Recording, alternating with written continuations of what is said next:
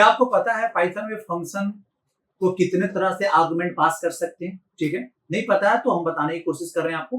देखिए आप, हम लोग 5 तरह का आर्गुमेंट पास करते हैं। पहला आर्गुमेंट का नाम होता है पोजिशनल आर्गुमेंट, दूसरे का आर्गुमेंट होता है कीवर्ड आर्गुमेंट, तीसरे आर्गुमेंट का नाम होता है डिफॉल्ट आर्गुमेंट, चौथे आर्गुमेंट का नाम होता है वेरिएबल लेंथ पोजिशनल आर्गुमेंट। याद रखिएगा, वेरिएबल लेंथ पोजिशनल आर्गुमेंट, और पांचवा का होता है वेरिएबल लेंथ कीवर्ड आर्गुमेंट। ठीक है, अभी हम लोग कवर करेंगे यहाँ पे पोजिशनल और कीवर्ड आर्गुमेंट क्या होता है, ये दोनों में हम डिफरेंस आपको बताने की कोशिश करते हैं। देखो, पोजिशनल आर्गुमेंट होता है वो आर्गुमेंट जहां पे जब फंक्शन जिस ऑर्डर में आर्गुमेंट ले रहा है उसी ऑर्डर में आपको उसी पोजीशन से आर्गुमेंट को आपको क्या करना होगा, पास करना होगा। जैसे एक फंक्शन बना है जिसका नाम सो है, सो फंक्शन 2 आर्गुमेंट ले रहा है, नेम और एज। ठीक है, और जब इस फंक्शन को कॉल कर रहे हैं तो हम जब सबसे पहला वैल्यू राहुल पास किए, नेम का वैल्यू, ये जाकर नेम में कॉपी होगा, और उसका एज 23 पास किया, वो एज में जाकर कॉपी होगा, और इसी ऑर्डर में जाकर कॉपी भी हो जाएगा, इसी ऑर्डर में प्रिंट भी कर देगा। लेकिन जब दूसरे बार जब हम कॉल किए हैं सो फंक्शन को, इस केस में हम 22 दिए हैं, तो 22 का ऑर्डर है नेम के जगह पर, तो इसलिए 22 नेम वाला में ही जाकर कॉपी होगा